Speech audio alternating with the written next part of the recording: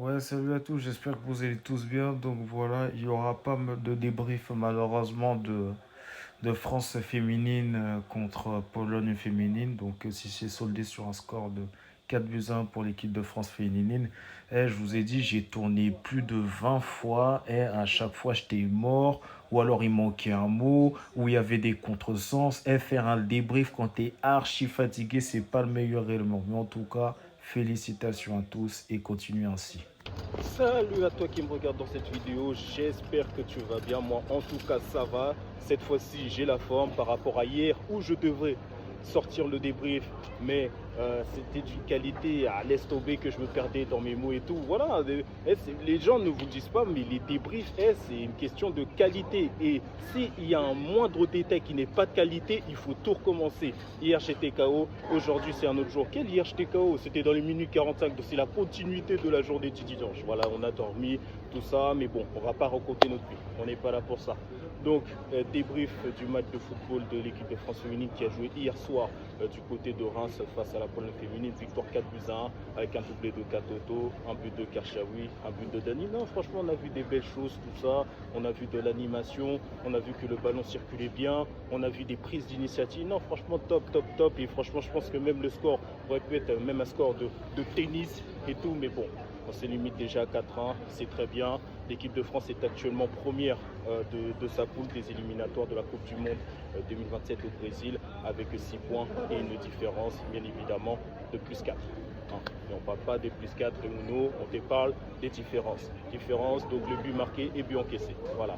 Donc sur ce, non, franchement, ça fait du bien. Un retour de Katoto qui va mieux, qui a inscrit un doublé. Elle est sortie, elle aurait même pu inscrire un triplé et puis repartir avec la balle du match et tout. Non, franchement, top, top, top. On a retrouvé une Katoto en équipe de France qui avait la dalle, qui avait envie de marquer des esprits. Elle a marqué 2 fois. Et voilà, non, on sent que la joueuse veut jouer en équipe de France, veut marquer des buts, veut marquer l'histoire. En plus, je crois que j'avais vu il y a quelques mois qu'au niveau des records des meilleures buteuses de l'équipe de France, elle est très bien positionnée. Non, franchement, c'est tout le bien qu'on lui souhaite et tout.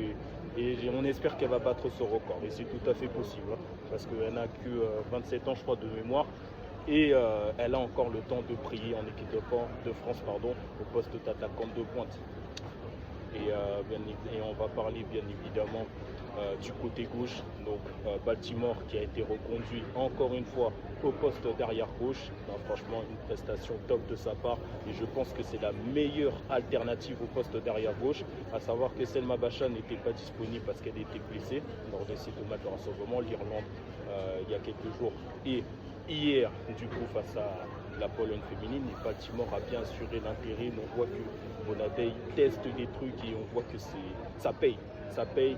Il a même mis Malard au poste d'attaquante arrière gauche. Franchement, non, on voit que Malard cette saison c'est top. Elle a la dalle, elle a envie, elle veut marquer. Voilà. Et on voit à travers le visage que Malard, le sourire et tout. Non, c'est top. C'est top, non, franchement, c'est top. C'est des bonnes nouvelles et même à l'avenir, ça va marcher. Ça va marcher. Quand je parle de marcher, c'est remporter le trophée. Hein, ça va le faire. Hein, trophée majeur, bien évidemment. Et même, je ne sais pas si vous avez fait attention, mais je pense que oui, il y a un point commun sur le flanc gauche, donc entre Baltimore et Malard, c'est qu'elles jouent toutes les deux en première ligue féminine. Baltimore du côté de Chelsea et Malard du côté de Manchester United. Donc ça veut dire que même si on devait leur bander les yeux, elles allaient se comprendre et tout. Ah non, franchement, truc de fou. À noter bien évidemment un bon match de Diani. Alors, est-ce que je vais porter chance? Je ne sais pas, dans le sens où elle a commencé le football du côté de Vitry-sur-Seine, donc qui est une ville du Val-de-Marne, 94, à côté d'Ivry-sur-Seine où elle a grandi, tout ça. Après, je ne vais pas faire l'histoire, on n'est pas là pour ça. Mais voilà, non, franchement, ça lui a fait du bien. Elle a été en jambes, elle a dribblé. Non, c'est une Diani comme ça qu'on veut voir tout le temps. Alors, est-ce qu'elle va continuer d'être alignée à ce poste en tant que titulaire? Je ne sais pas, en sachant que Dessun Cascarino revient petit à petit dans son club. Voilà. Et non, franchement, par rapport à Diani, c'est des prestations comme ça qu'on veut voir. Elle a du talent, et elle percute, et c'est ça qu'on veut voir. C'est sur Diani, franchement, top de ta part. Ce match-là continue comme ça, c'est très très bien. Notez évidemment les milieux de terrain, un match solide de Karchaoui qui a été excellente. J'ai pas le bon mot. Je pense que j'aurais pu utiliser un mot fort, mais je ne l'ai pas actuellement le matin. Peut-être l'après-midi ou le soir, je l'aurai. Mais bon, le débrief, il sera terminé. Dans tous les cas, on a eu vraiment un match XXL de la part de Karchaoui. En plus, elle a porté brassard. Ça, c'est une match d'une capitana. C'est une match de capitana. Capot même. Hein.